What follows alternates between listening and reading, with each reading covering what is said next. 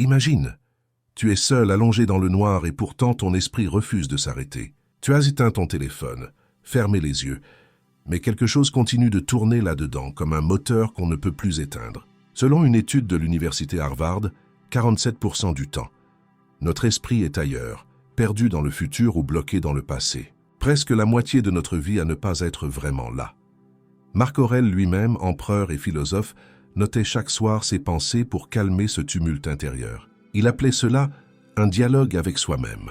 Et si le problème n'était pas ton environnement, mais cette agitation invisible que tu portes partout avec toi? On parle souvent de stress, d'anxiété, d'insomnie, mais rarement de la cause profonde, notre incapacité à faire taire la voix intérieure. Sénèque disait que le plus grand obstacle à la vie est l'attente qui dépend du lendemain et la négligence du présent. Nous ne vivons plus les instants, nous les commentons.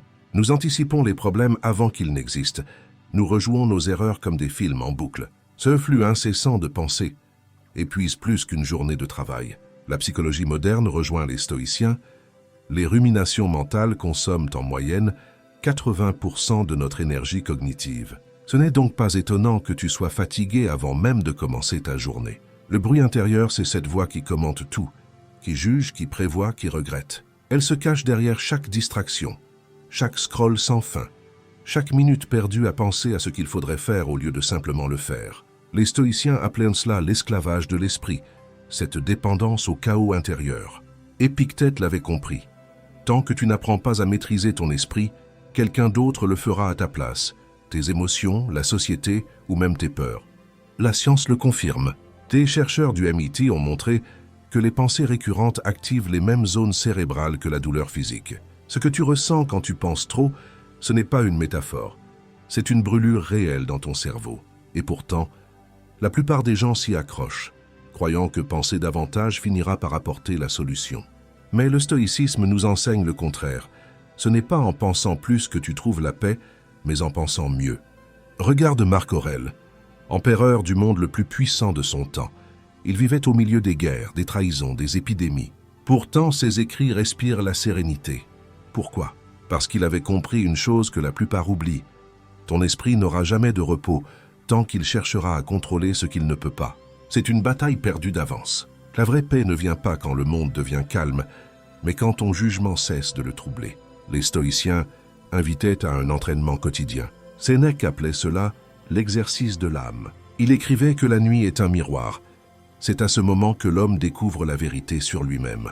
Alors, au lieu de fuir le silence, il faut l'habiter. Tu te demandes comment faire. Commence par observer tes pensées comme si elles ne t'appartenaient pas. Regarde-les passer, sans les nourrir. La psychologie cognitive appelle cela la métaconscience. La capacité de voir ses pensées sans s'y perdre. Marc Aurèle faisait exactement cela dans ses Pensées pour moi-même. Il notait ce qu'il ressentait, sans jugement, comme un témoin de sa propre âme. Et tu verras, le simple fait de distinguer tes pensées de ton être crée un espace. Cet espace, c'est la liberté. C'est dans cet intervalle que tu redeviens maître de toi. Les stoïciens savaient que la paix n'est pas un état, mais une compétence. Et cette compétence s'apprend. Ils méditaient chaque soir sur 3 questions simples. Qu'ai-je bien fait? Qu'ai-je mal fait? Qu'aurais-je pu mieux faire? Ces 3 réflexions, répétées avec sincérité, suffisent à calmer l'esprit. Parce qu'elles transforment la confusion en clarté, la culpabilité en apprentissage. Aujourd'hui, nous cherchons des solutions externes, des applications de méditation, des vidéos relaxantes, des sons de pluie. Mais la vraie solution est déjà en toi. Ce que le stoïcisme t'enseigne, c'est que tu n'as pas besoin d'ajouter quelque chose pour aller mieux, mais d'enlever ce qui t'encombre. Sénèque disait que l'esprit encombré n'a pas besoin d'être rempli, mais vidé. Chaque fois que tu cherches la paix dans l'extérieur, tu renforces le désordre intérieur. Alors, la prochaine fois que tu ne trouves pas le sommeil, rappelle-toi ceci. Ton esprit n'est pas ton ennemi. Il veut simplement être compris, non contrôlé. Accueille le silence, même s'il te semble inconfortable. C'est là que la transformation commence, car le calme n'est pas l'absence de bruit, mais la maîtrise du bruit intérieur. Et c'est cette maîtrise qui ouvre la porte à tout le reste, à la sagesse, à la sérénité, à la liberté. Voilà pourquoi ton esprit ne trouve jamais le repos, parce qu'il n'a jamais appris à se reposer sur lui-même. Mais ce soir, en écoutant ces mots, peut-être qu'il commence enfin à le faire. Tu as déjà remarqué comme notre esprit s'accroche, à tout ce qu'il ne peut pas maîtriser. Les messages non lus, les paroles qu'on aurait voulu dire, les décisions qu'on aurait voulu changer. Selon une étude menée à Stanford, 85% des choses qui nous inquiètent ne se produisent jamais. Et pourtant, ces 85% contrôlent nos émotions, notre sommeil, nos réactions. C'est la preuve que notre souffrance ne vient pas du monde, mais de notre résistance à ce monde. Épictète l'avait dit sans détour. Il y a des choses qui dépendent de nous, et d'autres qui n'en dépendent pas. Tout commence ici. Ce n'est pas une phrase abstraite, c'est la clé de la liberté intérieure. Tu vois, la plupart des gens veulent contrôler la météo de leur vie. Ils veulent un ciel clair, un vent doux, pas d'imprévu. Mais la vie ne fonctionne pas ainsi. Et plus tu veux tout maîtriser, plus tu te brises. Sénèque écrivait que l'homme qui veut que tout se passe selon ses désirs est condamné à la frustration, tandis que celui qui désire que les choses arrivent comme elles doivent arriver trouve la paix. Ce n'est pas de la résignation, c'est de la lucidité. Et cette lucidité, c'est ce qui libère. Regarde la nature. Le fleuve ne s'arrête pas devant un rocher, il le contourne. Le vent ne force pas le passage, il se glisse. L'homme sage fait la même chose. Il ne lutte pas contre ce qu'il ne contrôle pas, il s'accorde avec le cours du monde. Les stoïciens appelaient cela « vivre selon la nature ». Ce n'est pas une idée poétique, c'est une stratégie de survie psychologique. Les neuroscientifiques de Yale ont montré que l'acceptation consciente réduit de 35% l'activité des régions cérébrales liées à la peur et au stress. Quand tu acceptes, ton cerveau se calme. Quand tu résistes, il s'enflamme. Mais attention, accepter ne veut pas dire subir. Accepter, c'est distinguer. C'est reconnaître ce sur quoi tu peux agir. Tes pensées, tes choix, ton attitude, et lâcher le reste. Ce que pensent les autres, le passé, les événements extérieurs, tout cela échappe à ta maîtrise. Et pourtant, c'est souvent là que tu places ton énergie. Tu cherches à convaincre, à corriger, à prédire, et à la fin tu t'épuises. Les stoïciens disaient que c'est l'attachement au résultat qui détruit la tranquillité. Fais ton devoir et détache-toi du fruit. Marc Aurèle vivait entouré de crises, des guerres, des épidémies, des trahisons. Pourtant, dans son journal, il écrivait « Tu as pouvoir sur ton esprit, pas sur les événements.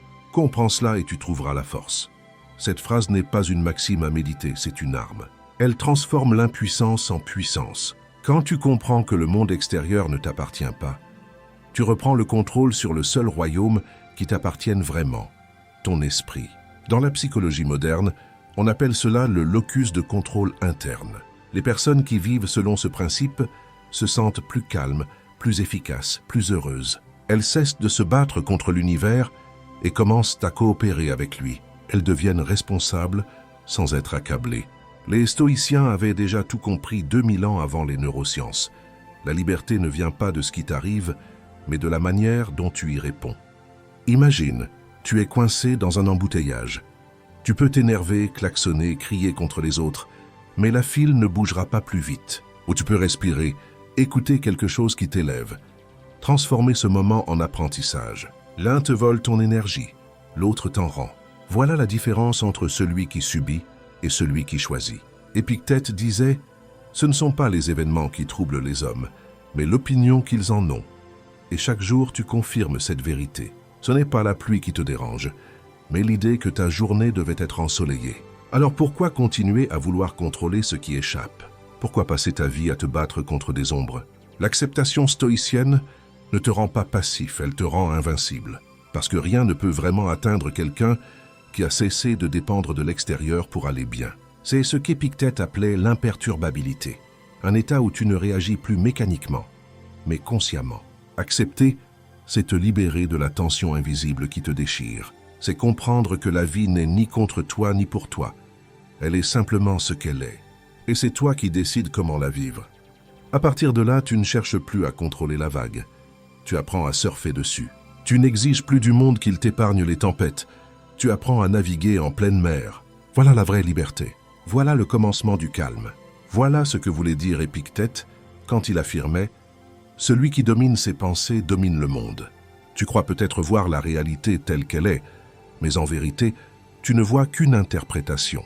Ce que tu appelles réalité n'est souvent qu'un filtre posé par tes émotions, tes blessures et tes attentes. C'est ce que les stoïciens appelaient la perception. Cette mince couche de jugement qui transforme un simple événement en tragédie ou en révélation. Selon une étude de l'université de Princeton, Ton cerveau ne traite pas les faits bruts, il les reconstruit à partir de tes croyances. Autrement dit, tu ne vois pas le monde tel qu'il est, tu vois le monde tel que tu es. Et cette simple vérité peut changer ta vie entière. Marc Aurèle écrivait « Si tu es troublé par quelque chose d'extérieur, la douleur ne vient pas de la chose elle-même, mais de ton jugement à son sujet. » Voilà la clé. Deux personnes peuvent vivre le même événement, et pourtant, l'une s'effondre quand l'autre se renforce. La différence ne vient pas du sort, mais du regard. Tu as déjà remarqué que certaines personnes, même au milieu des pires épreuves, gardent une forme de sérénité. Ce n'est pas de la chance, c'est une compétence. C'est la maîtrise du regard intérieur. La psychologie moderne parle de restructuration cognitive. Les stoïciens, eux, l'appelaient la rectification du jugement. Le principe est simple. Quand la vie te frappe, tu as deux choix. Soit tu demandes « Pourquoi moi ?», soit tu demandes « Que puis-je apprendre ?» Et cette simple bascule mentale change tout. Sénèque racontait qu'il s'entraînait à voir chaque difficulté comme un professeur déguisé. Il disait que rien n'est malheureux pour celui qui peut en tirer profit. Et il avait raison. Car ce qui te semble une injustice aujourd'hui peut devenir ton plus grand atout demain, si tu changes la manière dont tu le regardes. La science le confirme. Selon les travaux du docteur Martin Seligman, pionnier de la psychologie positive, les personnes capables de reformuler un échec comme une opportunité ont 40% plus de chances de réussir leurs objectifs à long terme. Ce n'est pas du positivisme naïf, c'est une gymnastique mentale. L'esprit stoïcien n'ignore pas la douleur, il la redéfinit. Il dit « Ceci m'arrive donc j'ai maintenant l'occasion de pratiquer la patience, le courage, la résilience. » Et aussitôt la souffrance perd son pouvoir. Marc Aurèle a écrit ses pensées pour lui-même, alors qu'il vivait entouré de guerres, de trahisons et de maladies. Pourtant, il notait chaque soir. Ce qui arrive était destiné à arriver. Non pas parce qu'il croyait au destin aveugle, mais parce qu'il comprenait que résister au réel, c'est s'ajouter une seconde douleur. Tu ne choisis pas les coups, mais tu choisis leur signification. Et cette signification façonne ton monde intérieur. Imagine un instant deux personnes sous la pluie. L'une peste contre le ciel, l'autre trouve dans les gouttes un moment de calme. La pluie est la même, mais pas la perception. La première vit dans la frustration, la seconde dans la paix. La pluie n'a pas changé, c'est l'esprit qui l'a transformée. Les stoïciens voyaient dans cette capacité la plus haute forme de liberté, celle de choisir son attitude face à l'inévitable. Épictète disait à ses élèves « Souviens-toi, ce qui trouble l'homme, ce n'est pas la chose, mais l'idée qu'il s'en fait. » Et cette phrase si simple résume des siècles de sagesse et de recherche psychologique. Car tout ce que tu ressens, colère, peur, tristesse, vient d'une interprétation préalable. Tu penses qu'on t'a manqué de respect? Tu réagis. Tu crois qu'on t'a rejeté? Tu souffres. Mais si tu changes ton interprétation, ta réaction change aussi. C'est un levier invisible mais immense. L'un des exercices stoïciens les plus puissants consiste à se demander « Et si cet événement n'était pas une catastrophe, mais une bénédiction déguisée ?» C'est la question qui transforme la victime en philosophe. Car à partir du moment où tu vois la vie non plus comme une série d'obstacles, mais comme une succession d'occasions d'évoluer, tu entres dans un autre niveau de conscience. Tu n'es plus un jouet du hasard, tu deviens un élève du destin. Les neurosciences l'ont observé. Lorsque tu changes ta perception d'un événement négatif, ton cerveau réorganise littéralement ses connexions neuronales. C'est ce qu'on appelle la neuroplasticité. En d'autres termes, chaque fois que tu choisis une interprétation plus sage, tu modifies physiquement ton cerveau pour qu'il réagisse différemment la prochaine fois. Ce que les stoïciens appelaient s'entraîner l'âme est en réalité un entraînement du système nerveux. Alors, la prochaine fois que la vie te confronte à une injustice, à un rejet, à un imprévu, rappelle-toi, ce n'est pas ce qui arrive qui compte, mais ce que tu en fais. Regarde plus haut, plus loin, plus profondément. Tu n'as pas besoin que la réalité change pour trouver la paix, tu as besoin de changer la manière dont tu la regardes. C'est ça la véritable puissance stoïcienne. Transformer chaque perception en pouvoir. Et quand tu y parviens, même les tempêtes deviennent des enseignants. Tu t'es déjà demandé pourquoi certaines personnes semblent traverser la vie avec calme, même quand tout s'effondre autour d'elles. Pas parce qu'elles ne ressentent rien, mais parce qu'elles ont appris à ne plus se laisser gouverner par leurs émotions. Elles ont compris ce que les stoïciens savaient depuis 2000 ans. La paix n'est pas l'absence d'émotions, c'est la maîtrise de la réaction. D'après une étude publiée par l'Université de Harvard, nous prenons en moyenne 90% de nos décisions sous l'influence d'une émotion. 9 fois sur 10, ce n'est donc pas la raison qui agit, mais la peur, la colère ou le désir. Et c'est pour cela que nous nous égarons. Sénèque disait « Aucun vent n'est favorable à celui qui ne sait où il va ». Si tu laisses tes émotions piloter ta vie, elles te mèneront où elles veulent, pas où tu veux. Les stoïciens ne rejetaient pas les émotions, contrairement à ce qu'on croit souvent. Ils les observaient, les questionnaient, les recadraient. Marc Aurèle écrivait dans ses Pensées pour moi-même « L'âme se colore des pensées qui l'habitent. Si ta pensée est confuse, ton cœur le sera aussi. » Le stoïcisme t'apprend à distinguer la douleur naturelle, inévitable, de la souffrance mentale que tu fabriques toi-même. La douleur, c'est le choc. La souffrance, c'est la résistance au choc. Quand tu refuses ce que tu ressens, tu luttes contre toi-même. Mais quand tu l'accueilles sans jugement, tu transformes l'énergie brute en clarté. Les neurosciences confirment cette intuition antique. Une recherche menée par l'Université de Californie a montré que nommer une émotion réduit instantanément son intensité. C'est ce que les stoïciens appelaient la raison comme remède. Lorsque tu dis « je ressens de la colère », tu cesses d'être la colère. Tu la regardes, tu la contiens. Épictète comparait cette pratique à celle d'un marin pris dans la tempête. Il ne peut pas calmer la mer, mais il peut maintenir la barre droite.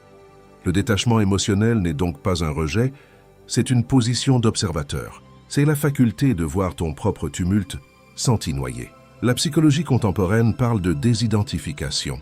Les stoïciens, eux, parlaient de prosoché, l'attention vigilante, être présent à ce que tu ressens sans le laisser devenir toi. Cette vigilance t'évite de te transformer en réaction automatique. Tu ne nies pas la colère, mais tu refuses de lui donner le contrôle. Tu ne nies pas la peur, mais tu ne la laisses pas dicter ta vie. Marc Aurèle, empereur assiégé par la guerre et la trahison, notait « Quand la colère veut m'envahir, je me rappelle que l'homme qui m'offense agit selon sa perception du bien. » Il voyait dans chaque offense non pas une attaque, mais une ignorance. Cette perspective coupe la racine même de la haine, car la colère se nourrit de la croyance que l'autre te vise personnellement. Mais si tu comprends qu'il agit selon sa propre confusion, la colère s'éteint d'elle-même. Ce n'est pas de la faiblesse, c'est de la puissance morale. Des études en psychologie émotionnelle montrent que la durée moyenne d'une émotion intense est de 90 secondes. Au-delà, c'est ton esprit qui la ravive, par le récit qu'il raconte. Tu entretiens le feu avec tes pensées. Les stoïciens avaient déjà observé ce phénomène. Ils savaient que la douleur initiale est brève, mais que la souffrance persiste quand tu t'y attaches. Sénèque conseillait à Lucilius d'apprendre à laisser passer la vague sans la retenir. En d'autres termes, ne confonds pas ressentir et t'y identifier. Pratiquer le détachement émotionnel, c'est rétablir la hiérarchie naturelle. Les émotions te signalent quelque chose, mais elles ne décident pas à ta place. Elles sont des messagères, pas des souveraines. La tristesse te rappelle ce que tu perds, la peur ce que tu valorises, la colère ce que tu veux protéger. Mais une fois le message reçu, tu dois reprendre le contrôle. C'est là que le stoïcisme rejoint la psychologie moderne. Reconnaître sans nourrir, comprendre sans s'attacher. Dans la vie quotidienne, cela signifie apprendre à respirer avant de répondre, à observer avant de juger, à attendre avant d'agir. Cela paraît simple, mais c'est une forme d'art. Épictète disait que celui qui triomphe de ses passions possède une liberté que même un roi ne connaît pas. Car personne ne peut te voler ton calme si tu décides de le garder. Et cette maîtrise-là, c'est l'un des plus hauts sommets du stoïcisme. Alors, la prochaine fois que la colère monte, ne cherche pas à la faire disparaître. Regarde-la, nomme-la puis choisis de ne pas la nourrir. La vraie force n'est pas de ne rien ressentir, mais de ne pas devenir ce que tu ressens. Le détachement émotionnel, c'est la voie vers la sérénité la plus profonde. C'est la victoire silencieuse de la conscience sur le tumulte. Et c'est à partir de ce calme-là que tu peux commencer à vivre pleinement, sans crainte, sans fardeau, simplement libre. Il y a des jours où tout semble te résister. Tu te lèves avec la volonté d'avancer, mais le monde, lui, te pousse en arrière. Tes projets se stagnent, les gens te déçoivent, ton corps se fatigue. Et là, tu entends cette petite voix. À quoi bon? C'est dans ces moments que la plupart abandonnent. Mais les stoïciens, eux, voyaient ces instants comme le terrain même où se forge la grandeur. Sénèque disait que le feu éprouve l'or et l'épreuve éprouve l'homme. Chaque difficulté n'est pas un obstacle à ta volonté, elle est son atelier secret.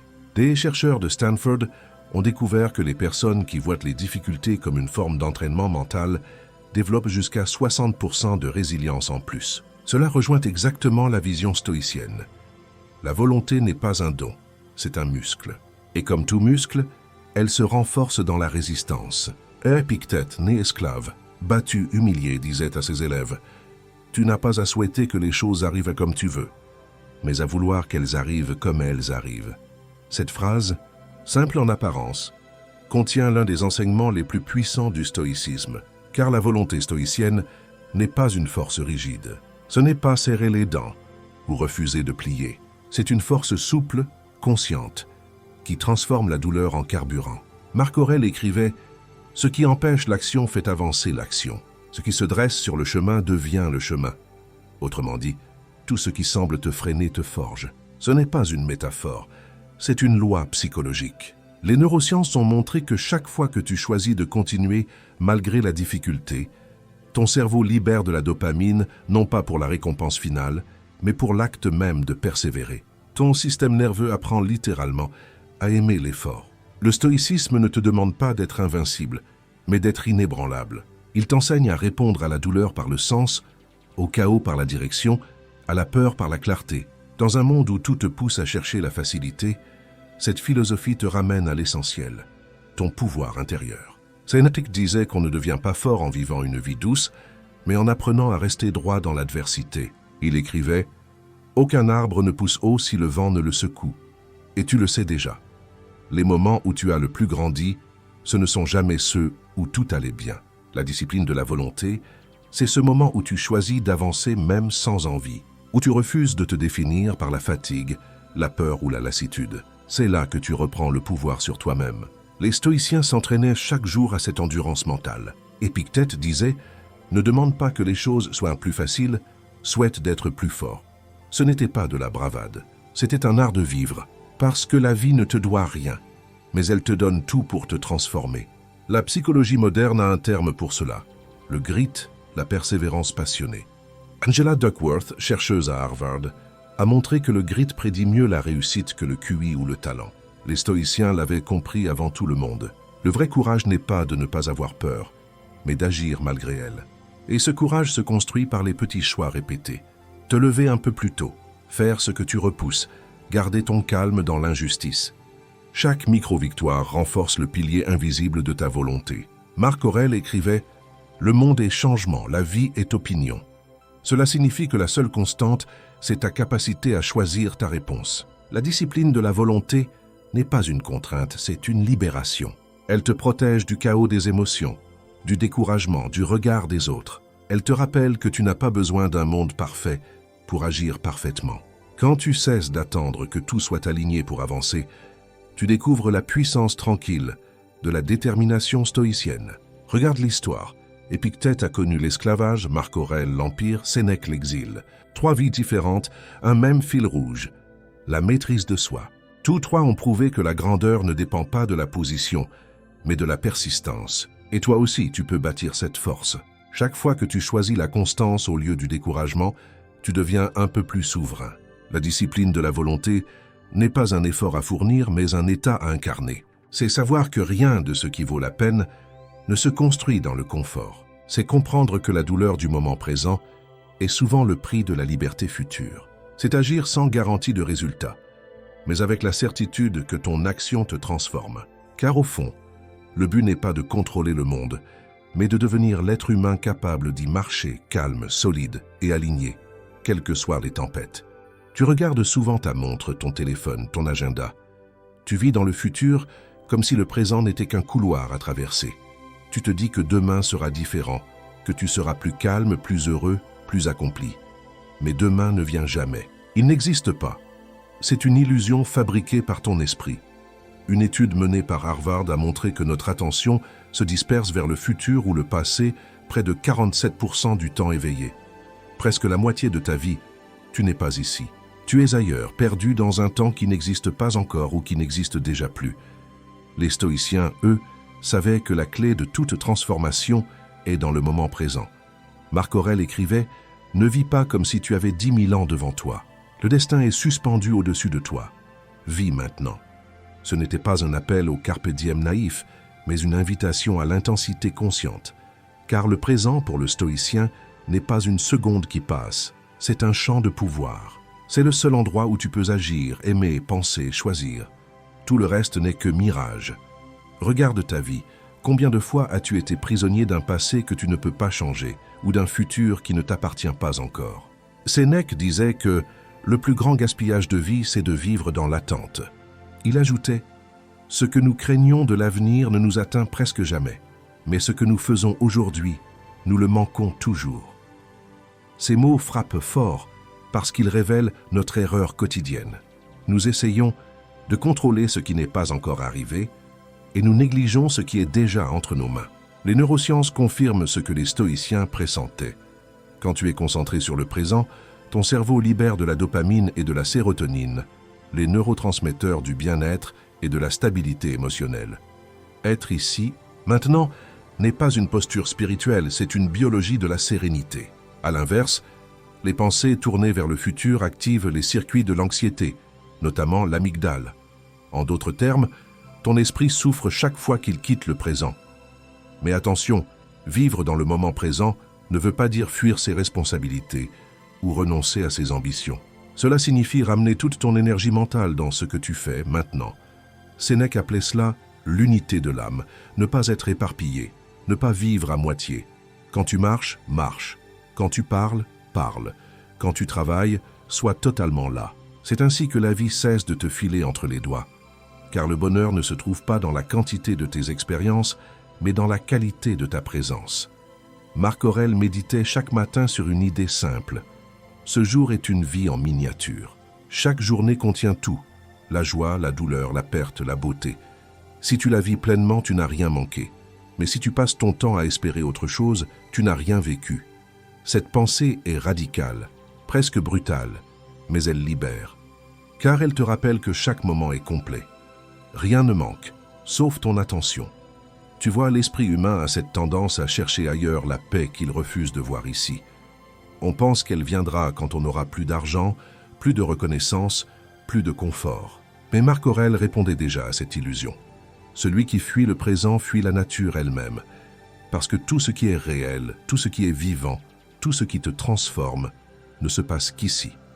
La psychologie moderne parle de flow, cet état où tu es si absorbé dans une action que le temps disparaît. C'est exactement l'expérience stoïcienne du présent. Tu n'es plus séparé du monde. Tu fais partie du mouvement. Le pianiste dans sa musique, le sportif dans son geste, le penseur dans sa phrase. À ce moment précis, tu n'as plus besoin d'être ailleurs. Tu es libre. Alors pourquoi courir après demain quand chaque seconde t'offre déjà tout ce que tu cherches? La clé n'est pas d'avoir plus de temps, mais d'être plus vivant dans celui qui t'est donné. L'instant présent est une matière brute que tu peux sculpter à chaque respiration. Et cette sculpture, c'est ta vie. Tu veux transformer ton existence? Commence par ralentir, sens le poids de ta respiration. Écoute le silence entre deux battements de ton cœur. C'est là que tout se joue. Les stoïciens savaient que le monde extérieur changera toujours, mais que l'éternité se trouve dans la profondeur d'un seul instant bien vécu. Alors arrête-toi, respire. Ce moment est tout ce que tu as, et c'est tout ce dont tu as besoin. Tu as remarqué comme on évite de parler de la mort, comme si en l'ignorant elle allait nous oublier. On l'écarte de nos conversations, de nos pensées, de nos vies. Pourtant elle est là, tapie dans chaque minute qui passe, rappelant silencieusement que tout ce que nous aimons est fragile. Et c'est précisément cette conscience que les stoïciens plaçaient au cœur de leur sagesse. Car pour eux, méditer sur la mort n'était pas morbide, c'était vital. Sénèque écrivait « Apprenons à mourir et nous apprendrons à vivre ». Des études menées à l'université d'Oxford montrent que les personnes qui contemplent la mortalité développent une meilleure clarté de leurs priorités et un sentiment accru de gratitude. C'est ce que les stoïciens appelaient le memento mori. Souviens-toi que tu vas mourir. Ce n'était pas une menace, mais une boussole. Marc Aurèle, chaque matin, se répétait cette vérité. Tu peux quitter la vie à tout moment. Que cela guide ta parole, tes actes et tes pensées. Ce n'était pas une invitation à la peur, mais à l'intensité.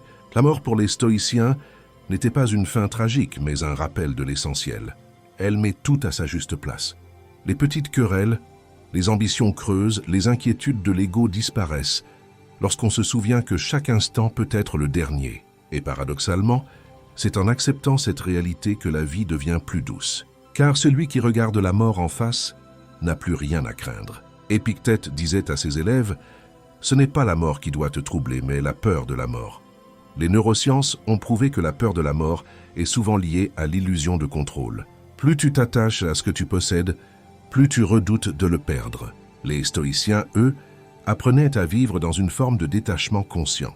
Non pour rejeter la vie, mais pour mieux l'aimer. Sénèque écrivait à Lucilius, « Ce n'est pas que nous ayons peu de temps à vivre, mais que nous en perdons beaucoup. » Autrement dit, la mort n'est pas l'ennemi.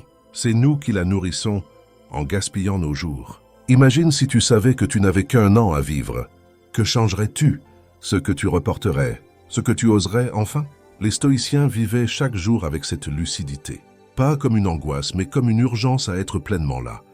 Marc Aurèle écrivait « Fais chaque acte comme s'il devait être le dernier ». Cette pensée radicale donne du poids à tout ce que tu fais. Le regard que tu portes à quelqu'un, les mots que tu choisis, le temps que tu offres. Chaque geste devient une trace. Dans la psychologie moderne, cette idée rejoint la notion de finitude consciente. Des chercheurs ont constaté que les personnes confrontées à la mort, après une maladie grave ou un accident, rapportent souvent une transformation profonde. Plus d'humilité, plus d'amour, moins de peur. Les stoïciens n'attendaient pas la tragédie pour atteindre cet éveil. Ils s'y entraînaient chaque jour, mentalement, comme un athlète de l'âme. Sénèque décrivait la mort comme un retour à la nature. Nous ne mourrons pas, nous retournons à ce dont nous sommes faits. Dans cette vision, la mort n'est plus une perte, mais un cycle. Et si tu l'intègres, quelque chose change en toi. Tu cesses de courir après l'immortalité symbolique, la reconnaissance, la réussite, la trace laissée. Tu comprends que la seule immortalité possible, c'est la qualité de ta présence maintenant. Marc Aurèle, face à la peste qui ravageait Rome, écrivait « Les hommes craignent la mort comme si elle devait leur ôter la vie. Mais ils oublient que c'est elle qui lui donne sa valeur. Tant que tu crois que tu as le temps, tu négliges ton existence. Mais quand tu comprends que le sablier coule, chaque minute devient précieuse. La mort n'est plus ton ennemi, elle devient ton maître.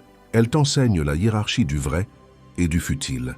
Regarde les plus grands moments de ta vie, ceux où tu étais pleinement vivant. C'était souvent quand tu étais conscient du passage du temps, de la fragilité des choses. Cette conscience, loin d'assombrir l'âme, la rend lumineuse, car tu n'attends plus que les circonstances soient parfaites pour aimer, créer, agir. Tu aimes maintenant, tu pardonnes maintenant, tu vis maintenant. Le memento mori n'est pas une méditation sur la fin, c'est une célébration du présent. C'est la promesse que chaque instant vécu avec conscience devient une victoire sur la mort elle-même. Et peut-être qu'au fond, c'est ça la véritable immortalité. Vivre si pleinement que la mort ne puisse rien reprendre, parce que tu as déjà tout donné. Tu sais que selon une étude menée par l'Université de Californie, les personnes qui pratiquent la gratitude chaque jour voient leur niveau de stress chuter de 23% en moyenne et leur sommeil s'améliorer de 25%. Ce ne sont pas des chiffres anodins. Ce sont les traces mesurables d'un changement intérieur. Et ce que la science moderne découvre à peine, les stoïciens le pratiquaient déjà il y a 2000 ans. Ils appelaient cela la reconnaissance du destin. Non pas une gratitude superficielle pour ce qui est agréable, mais une gratitude profonde pour tout ce qui est, même ce qui fait mal. Marc Aurèle écrivait dans ses Pensées pour moi-même « Reçois tout ce qui t'arrive comme un don de la nature ».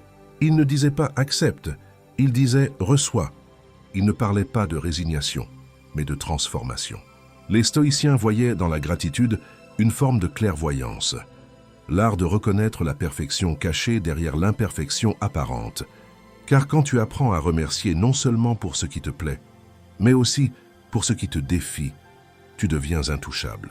Des études en psychologie positive ont montré que la gratitude active les mêmes circuits neurologiques que l'amour. Elle stimule le cortex préfrontal, la région liée à la décision et à la sérénité. Autrement dit, être reconnaissant te rend plus lucide, et plus lucide, tu deviens plus fort. Les stoïciens le savaient. Sénèque disait que l'homme sage ne se plaint jamais du monde, car il le considère comme un bienfait déguisé. Il écrivait cela en exil, dépouillé de tout et pourtant apaisé. Sa gratitude n'était pas une émotion, c'était une philosophie de la résistance. On pense souvent que la gratitude dépend des circonstances, mais c'est l'inverse. C'est la gratitude qui transforme les circonstances. Regarde deux personnes traversant la même épreuve. L'une s'enfonce dans l'amertume, l'autre en ressort grandi. Ce n'est pas le sort qui les distingue, c'est le regard. Marc Aurèle faisait chaque matin un exercice simple. Il se rappelait qu'il allait croiser des gens égoïstes, ingrats, arrogants, mais qu'il les pardonnerait à l'avance. Parce qu'il voyait dans chaque rencontre une opportunité de pratiquer la vertu, de mettre à l'épreuve sa patience. Il remerciait même les situations difficiles, car elles lui donnaient l'occasion de devenir meilleur. La gratitude stoïcienne, c'est une inversion complète de perspective. Elle dit « Ce n'est pas le monde qui doit me rendre heureux. C'est à moi de reconnaître la beauté du monde, même quand il ne me ressemble pas. » Ce principe, qu'on retrouve aussi chez Épictète, repose sur une idée simple mais révolutionnaire. Tout ce qui t'arrive t'est offert pour ton bien, même si tu ne le comprends pas encore. C'est ce qu'il appelait amor fati, l'amour du destin. Les recherches du docteur Robert Emmons, l'un des plus grands spécialistes de la gratitude, montrent que tenir un journal de reconnaissance pendant 10 jours suffit à augmenter le sentiment de bonheur de 30%. Pourquoi? Parce que le cerveau commence à scanner la réalité à la recherche du positif au lieu de traquer les menaces. C'est exactement ce que les stoïciens entraînaient. Discipliner l'esprit pour qu'il voie ce qui est là, et non ce qui manque. Sénèque disait « Celui qui se plaint de ce qu'il n'a pas perd la jouissance de ce qu'il possède. » Mais soyons honnêtes, pratiquer la gratitude dans la douleur, c'est un combat. Quand tout s'écroule, remercier semble absurde. Pourtant, c'est dans ces moments-là que la gratitude devient puissante, car elle ne nie pas la souffrance, elle lui donne un sens. Elle dit « Cette perte m'enseigne la détache, cette épreuve m'apprend la patience, cette injustice me révèle ma force. » C'est la transmutation intérieure. Marc Aurèle, face à la mort de ses enfants, n'a jamais maudit le destin. Il a simplement écrit « Les choses qui me sont données ne m'appartiennent qu'un temps. Quand la nature les reprend, elles ne me volent rien. » Aujourd'hui, les psychologues parlent de gratitude résiliente. C'est cette capacité à trouver un enseignement même dans le chaos. Et si tu regardes bien, chaque douleur de ton passé a fait de toi quelqu'un de plus lucide, plus solide, plus conscient. La gratitude stoïcienne ne dit pas « tout va bien ». Elle dit « tout contribue à mon bien ». Elle ne demande pas de sourire dans la tempête, mais de comprendre qu'elle te forge. Alors ce soir, avant de t'endormir, repense à ce que tu as vécu, même aux blessures. Demande-toi non pas « pourquoi cela m'est-il arrivé ?» mais « ce qu'ai-je appris grâce à cela ?» Tu verras, chaque souvenir changera de couleur. Ce que tu croyais être un poids deviendra un enseignement. Ce que tu appelais injustice deviendra initiation. La gratitude n'est pas une réaction émotionnelle, c'est un positionnement spirituel. C'est un acte de courage. Car il faut du courage pour remercier quand on souffre, pour voir le bien dans le mal, pour continuer à croire que la vie agit en ta faveur, même quand elle semble te frapper. Et quand tu atteins ce niveau de compréhension, plus rien ne peut vraiment t'abattre. Parce que tu ne subis plus la vie, tu la contemples. Tu n'attends plus que le monde t'offre la paix. Tu la crées en reconnaissant ce qu'il t'a déjà donné. Voilà la gratitude stoïcienne. L'art suprême de transformer chaque épreuve en bénédiction silencieuse. Tu l'as sûrement déjà ressenti, ce besoin d'être vu, reconnu, validé. Ce petit frisson quand quelqu'un te félicite, ou cette morsure quand ton effort passe inaperçu. Selon une étude menée par l'Université de Chicago, 78% des gens reconnaissent que la peur de ne pas être apprécié influence leurs décisions quotidiennes. Nous vivons dans un monde où le regard des autres est devenu une monnaie invisible, et la plupart d'entre nous passent leur vie à tenter d'en accumuler. Mais les stoïciens voyaient dans cette dépendance une prison douce, celle de l'ego. Sénèque disait « Ce n'est pas parce que les autres te jugent que tu existes, mais parce que tu te connais toi-même. » La vraie grandeur pour eux ne se mesure pas à la reconnaissance extérieure, mais à la rectitude intérieure. Marc Aurèle, empereur du monde, avait tous les honneurs possibles, et pourtant, il écrivait seul la nuit dans son journal « Ce que pensent les autres ne me regarde pas. Je sais ce que je vaux. » Il savait que l'admiration publique est une illusion aussi fragile que la gloire. Les applaudissements d'aujourd'hui deviennent le silence de demain. Et celui qui fonde son équilibre sur ces sons extérieurs finit toujours par vaciller. Des chercheurs en psychologie sociale ont prouvé que la validation externe agit sur le cerveau comme une drogue. Les likes, les compliments, les signes d'approbation libèrent de la dopamine, mais l'effet s'épuise vite. Il faut toujours plus de reconnaissance pour ressentir le même plaisir. Voilà pourquoi tu peux avoir 1000 personnes qui t'apprécient et rester hanté par une seule qui te critique. C'est ton ego qui parle, pas ta conscience. Les stoïciens, eux, cherchaient à inverser le mouvement, ne plus dépendre du regard des autres pour exister, mais ancrer leur valeur dans la vertu. Épictète répétait à ses élèves « Tu veux être libre, alors commence par ne plus être l'esclave de l'opinion.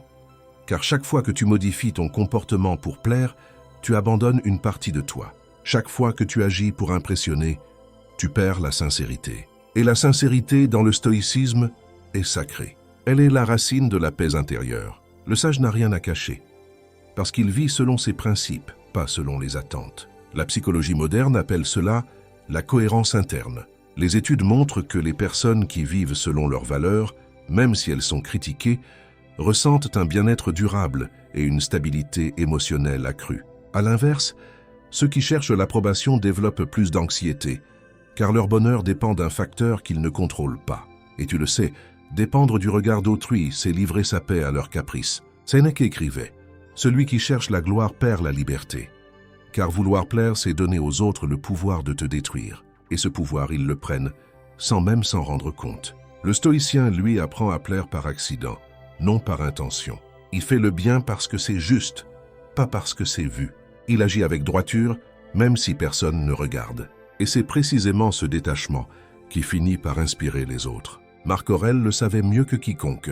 Il portait la pourpre impériale, mais dans ses pensées, il se rappelait qu'il n'était qu'un homme. Il écrivait « Un jour, tout ce que je suis sera oublié, mais si j'ai vécu selon la raison, je n'aurai rien perdu. » Voilà la grandeur stoïcienne, se souvenir que tout ce qui brille finit par s'éteindre, sauf la lumière intérieure. Les stoïciens ne rejetaient pas la reconnaissance. Ils savaient simplement qu'elle ne devait jamais devenir une condition du bonheur. Le vrai pouvoir, c'est d'agir par conviction, pas par calcul.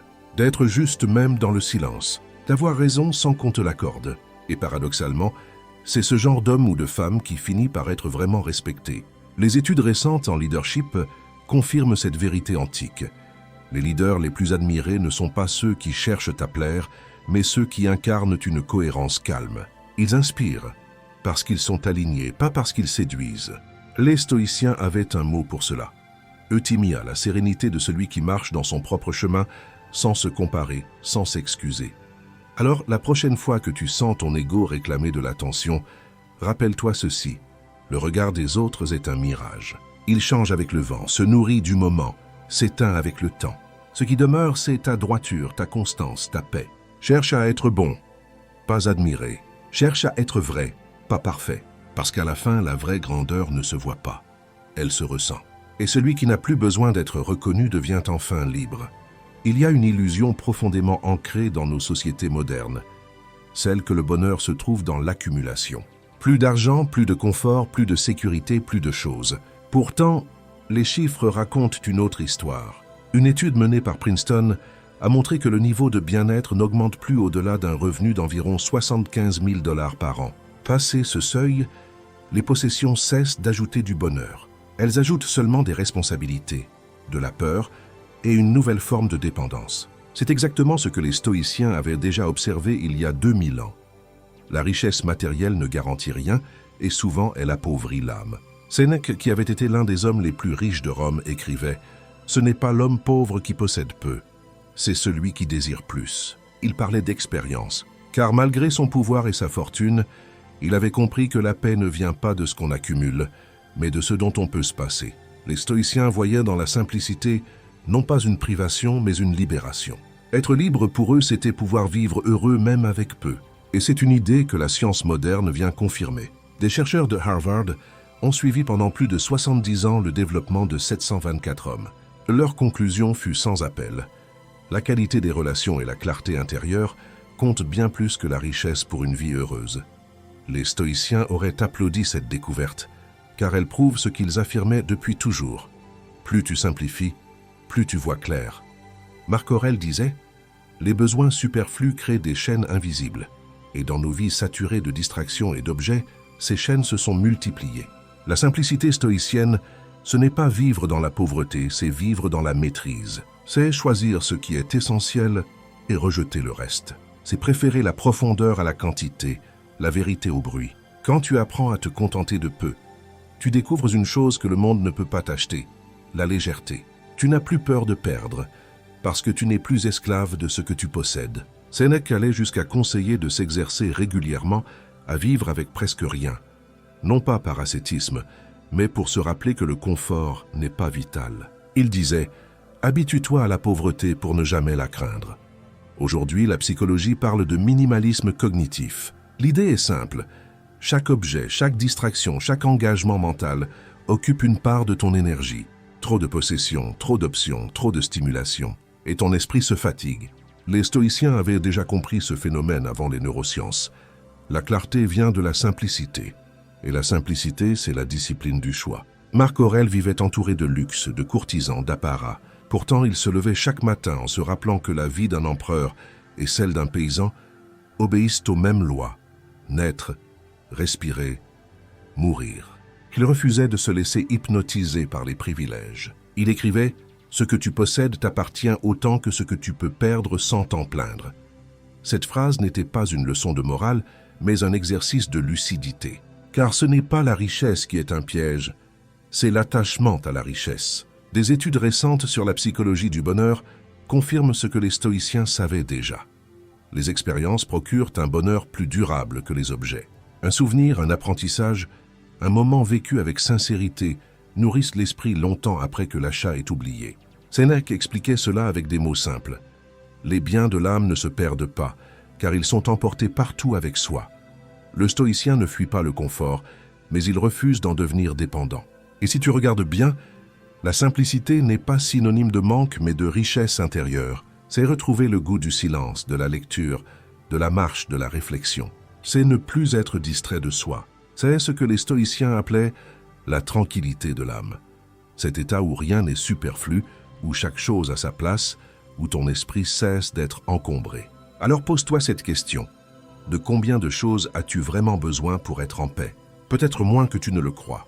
Peut-être que la vraie abondance, ce n'est pas d'avoir plus, mais d'avoir juste assez. Et si tu apprenais à mesurer ta richesse, non pas à ce que tu possèdes, mais à ce que tu peux perdre sans trembler. C'est cela la simplicité volontaire stoïcienne. L'art de vivre libre dans un monde qui t'enchaîne avec des promesses. Car à la fin, tu le sais bien, rien ne t'appartient vraiment. Même ton corps, même ton souffle t'ont été prêtés pour un temps. Ce que tu possèdes aujourd'hui, la vie peut te le reprendre demain. Mais ce que tu es, ce que tu penses, ce que tu fais avec conscience, cela rien ni personne ne peut te le voler. C'est là que réside la vraie richesse, dans ce peu qui suffit, dans ce calme que rien ne peut acheter. Tu as déjà remarqué que le mot « vertu » a presque disparu de notre langage. On parle de performance, de réussite, de bien-être, mais plus de vertu. Pourtant, pour les stoïciens, c'était le cœur de toute existence accomplie. Ils ne cherchaient pas à être célèbres, riches ou puissants. Ils cherchaient à être bons, vraiment bons.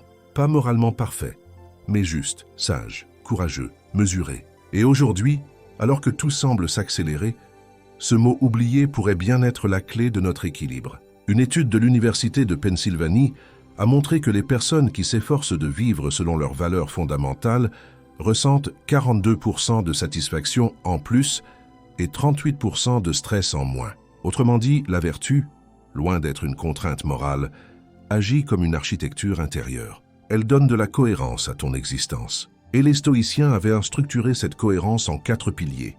La sagesse, le courage, la justice et la tempérance. La sagesse, c'est la clarté du discernement. C'est cette capacité à voir les choses telles qu'elles sont, sans les déformer par le désir ou la peur.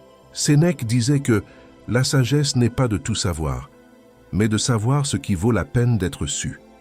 Les neurosciences confirment cette idée. Notre cerveau prend plus de 35 000 décisions par jour, mais seules quelques-unes comptent vraiment.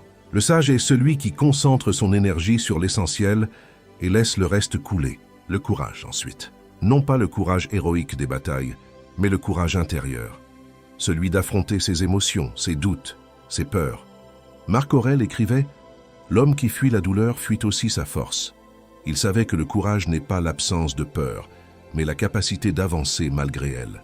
La psychologie moderne parle de résilience active, la faculté de rester debout en pleine tempête. Ce n'est pas un don, c'est une habitude. Et chaque fois que tu choisis d'agir plutôt que de reculer, tu graves en toi cette habitude. Vient ensuite la justice, pas celle des tribunaux, mais celle du cœur.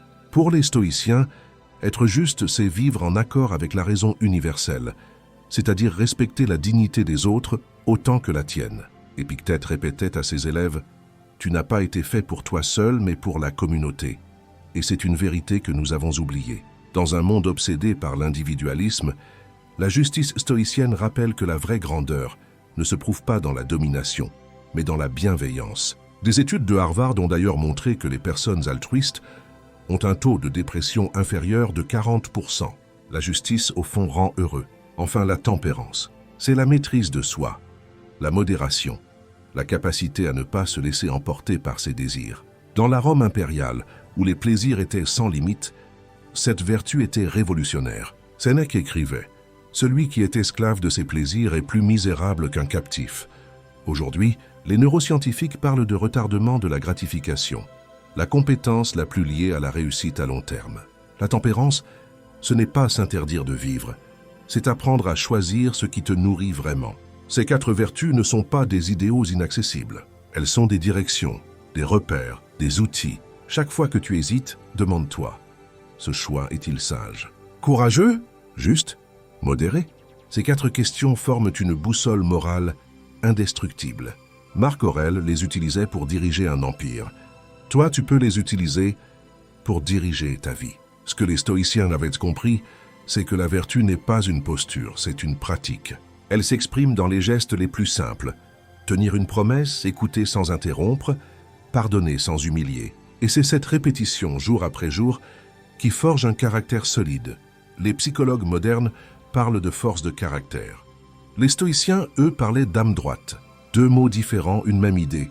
Le bonheur ne se trouve pas dans ce que tu obtiens, mais dans la personne que tu deviens. Sénèque disait « Vivre selon la vertu, c'est vivre en harmonie avec soi-même. Car la vertu aligne tout, tes pensées, tes paroles, tes actes. Elle supprime les contradictions qui épuisent l'esprit. Elle remplace la culpabilité par la paix. Et cette paix, personne ne peut te la voler. C'est pour cela que les stoïciens disaient que l'homme vertueux est invincible. Il n'attend rien de l'extérieur pour être entier. Alors, au lieu de chercher la perfection, cherche la rectitude. Au lieu de vouloir être admiré, cherche à être cohérent. Chaque fois que tu choisis la sagesse au lieu de la précipitation, le courage au lieu de la fuite, la justice au lieu de l'égoïsme, la tempérance au lieu de l'excès, tu élèves ton âme. Et ce faisant, tu construis la seule richesse qui résiste au temps, la paix intérieure. Car la vertu, chez les stoïciens, n'était pas une règle morale. C'était une force cosmique, celle qui fait tenir le monde et ton monde intérieur. Selon une étude menée par l'université de Cambridge, 92% de nos regrets les plus profonds proviennent non pas de ce que nous avons fait, mais de ce que nous n'avons pas su maîtriser, nos émotions, nos paroles, nos impulsions. Nous vivons dans une époque où tout va trop vite. La réponse immédiate, la réaction instinctive, le besoin d'avoir raison. Et c'est cette précipitation qui nous fait dire ou faire ce que nous regrettons ensuite. Les stoïciens, eux, avaient compris depuis longtemps que la véritable puissance ne se trouve pas dans la domination des autres, mais dans la maîtrise de soi. Épictète disait « Aucun homme n'est libre à moins d'être maître de lui-même ». Cette idée, simple en apparence, est d'une profondeur redoutable, car maîtriser ses réactions, ce n'est pas se priver de sentir, mais apprendre à répondre au lieu de réagir. Des chercheurs en neuropsychologie ont montré que le cerveau met environ 90 secondes pour transformer une émotion brute en réaction consciente. Cela veut dire qu'entre le choc et ta réponse, il existe une petite fenêtre, un espace. Et dans cet espace se trouve ton pouvoir.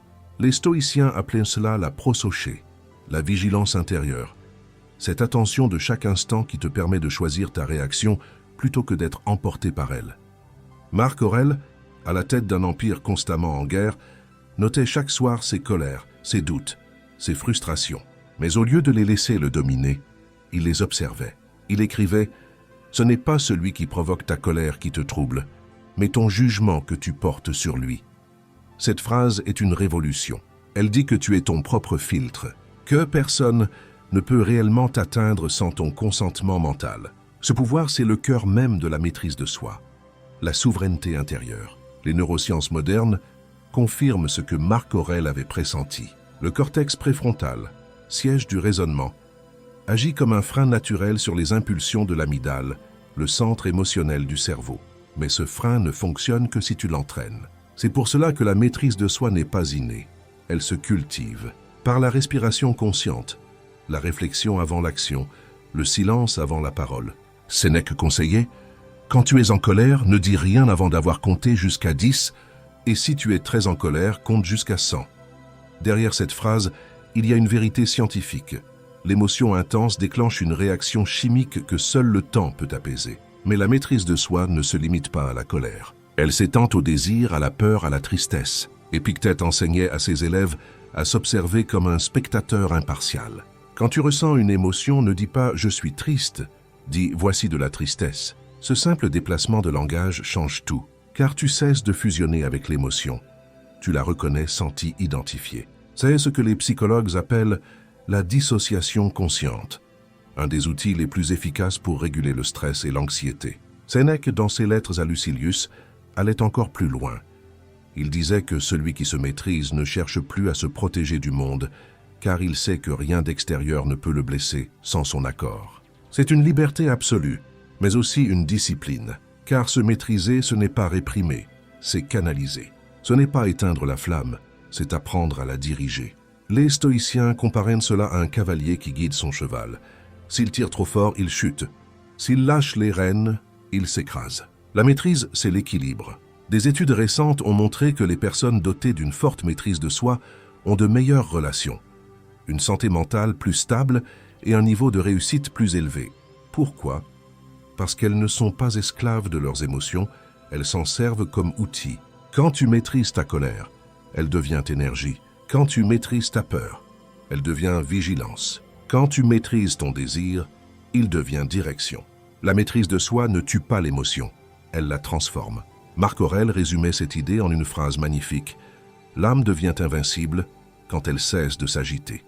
Et cette invincibilité n'a rien de surnaturel. C'est une construction quotidienne, une répétition silencieuse. Chaque fois que tu décides de ne pas réagir, de ne pas t'emporter, de ne pas céder, tu gravis une marche vers ta liberté intérieure. Et petit à petit, tu découvres quelque chose de rare, le calme qui ne dépend plus de rien.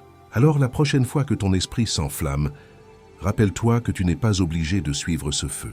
Respire, observe, choisis. Les stoïciens disaient que celui qui se possède lui-même ne sera jamais possédé par le monde. Et c'est peut-être ça la véritable puissance, ne pas dominer les autres, mais se dominer soi-même. Parce qu'à la fin, tout ce que tu contrôles vraiment, c'est toi. Et c'est largement suffisant pour transformer ta vie entière.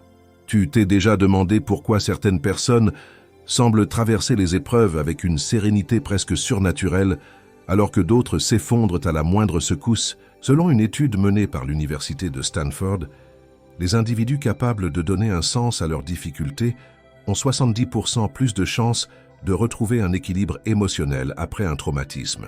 Les stoïciens l'avaient compris bien avant les neuroscientifiques. La souffrance ne vient pas des événements eux-mêmes, mais de l'interprétation que nous leur donnons. Marc Aurèle écrivait « Si tu es affligé par une chose extérieure, ce n'est pas elle qui te trouble, mais le jugement que tu portes sur elle. Et il dépend de toi de l'effacer. » Cette idée change tout, car elle renverse le rapport que tu entretiens avec la douleur. Au lieu d'être une victime passive des circonstances, tu deviens un alchimiste de ta propre vie. Ce que tu appelles malheur devient matière brute à transformer. C'est cela la puissance de la résilience stoïcienne. Elle ne nie pas la souffrance, elle la transfigure. Sénèque disait « Aucun vent n'est favorable à celui qui ne sait pas où il va ». Si tu donnes un sens à ce que tu traverses, même le pire devient utile. Les psychologues contemporains parlent aujourd'hui de croissance post-traumatique. Une recherche de l'Université de Caroline du Nord montre que 60% des personnes ayant vécu une épreuve majeure déclarent en avoir tiré une plus grande sagesse, une meilleure compréhension d'elles-mêmes et une spiritualité renforcée. Ce n'est pas la douleur qui libère, c'est la conscience qu'on en tire. Les stoïciens appelaient cela l'épreuve formatrice. Chaque blessure, chaque échec, chaque perte était pour eux une occasion de se purifier de l'orgueil et de renforcer la raison. Marc Aurèle, confronté à la mort de ses enfants, à la trahison de ses proches et à la peste qui ravageait son empire, écrivait « Ce qui empêche l'action devient l'action. Ce qui fait obstacle devient le chemin. » Cette phrase résume toute la philosophie du stoïcisme.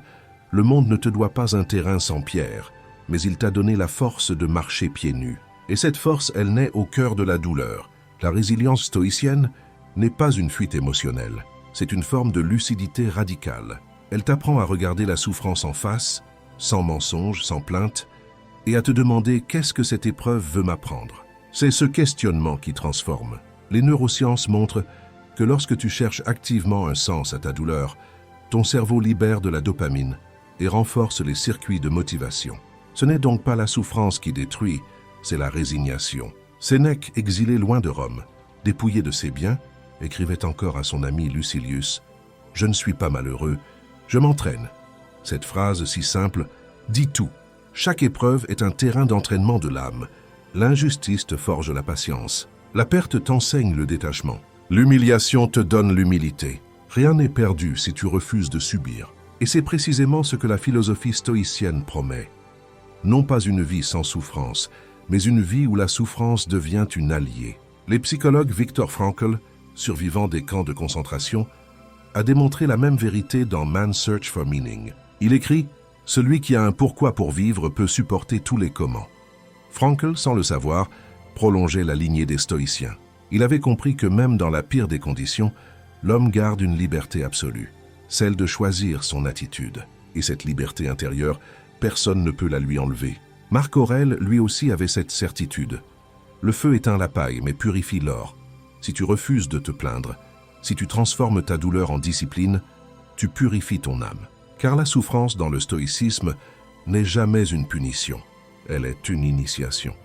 Elle te montre ce que tu es capable d'endurer. Et plus tu endures, plus tu comprends que ta force ne dépend pas du monde, mais de ta capacité à te relever. Aujourd'hui, la science valide encore cette intuition antique. Des études menées sur les méditants et les pratiquants de philosophie appliquée montrent que la contemplation quotidienne des difficultés, plutôt que leur évitement, réduit significativement les symptômes d'anxiété et de stress post-traumatique. En d'autres termes, affronter consciemment sa souffrance guérit plus que la fuir.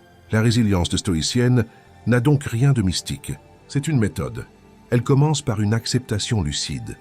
Oui, ceci est douloureux. Puis elle passe par une interrogation. Que puis-je apprendre de cela? Et enfin, elle s'achève dans une transformation. Voici comment cela m'a rendu plus fort. Quand tu appliques ce cycle, tu cesses d'être brisé par la vie, tu deviens son élève. Alors la prochaine fois que tu traverses une épreuve, n'y vois pas un mur mais une porte. Elle n'est pas là pour t'arrêter, mais pour t'élever. La douleur n'est pas ton ennemi, c'est ta forge. Et de cette forge, si tu acceptes le feu, tu sortiras trempé d'une force nouvelle, celle de ne plus jamais craindre les tempêtes, car tu sauras que tu peux en faire ton vent. Il existe un paradoxe que la plupart des gens n'osent pas regarder en face. Tout ce que tu veux contrôler finit par te contrôler. Plus tu veux maîtriser la vie, plus elle t'échappe. Plus tu veux posséder, plus tu as peur de perdre. Plus tu veux que tout se passe selon ton plan, plus tu souffres quand le monde choisit un autre chemin.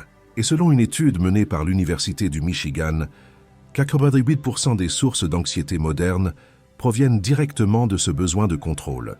Les stoïciens, eux, avaient trouvé la clé. Distinguer ce qui dépend de toi de ce qui n'en dépend pas.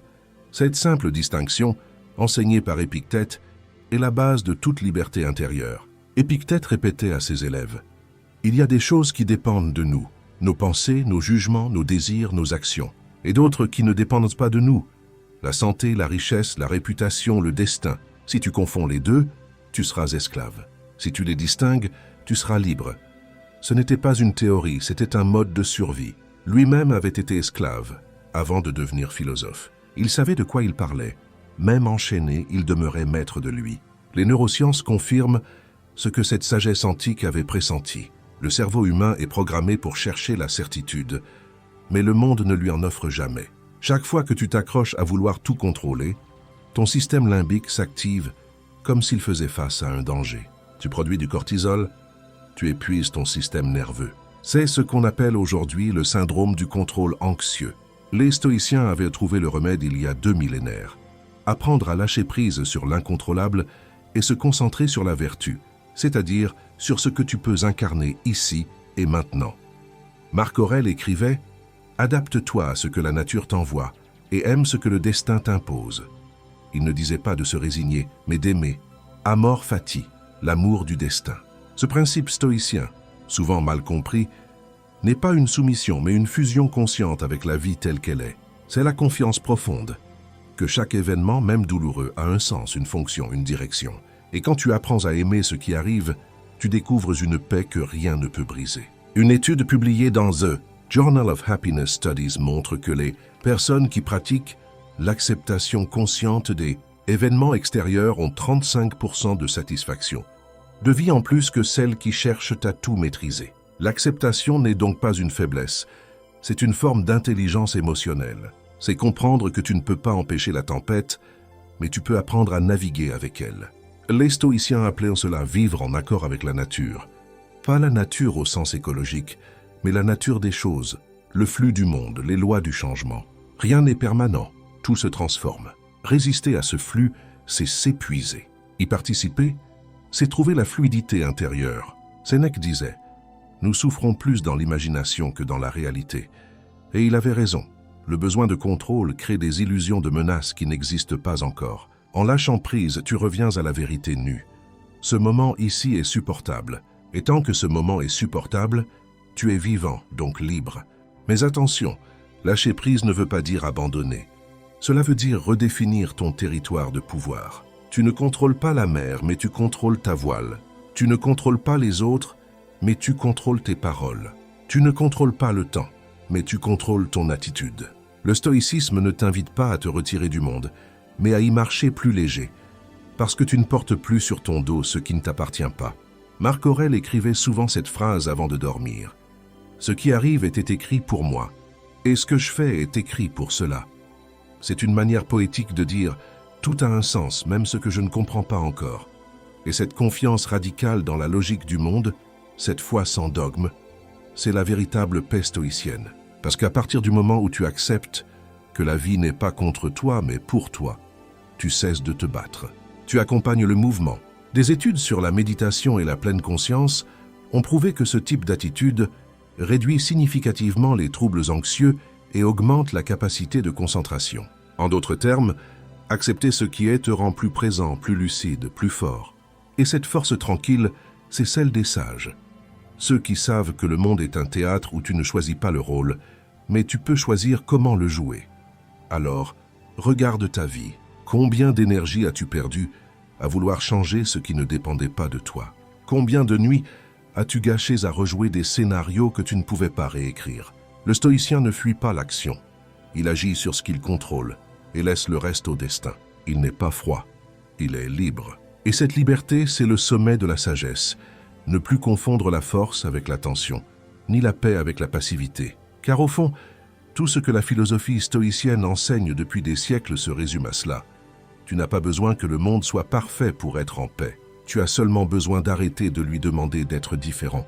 Quand tu comprends cela, tu n'es plus ballotté par les vagues, tu deviens l'océan lui-même. Et à ce moment-là, la vie cesse d'être un combat. Elle devient un mouvement que tu accompagnes avec calme, force et gratitude.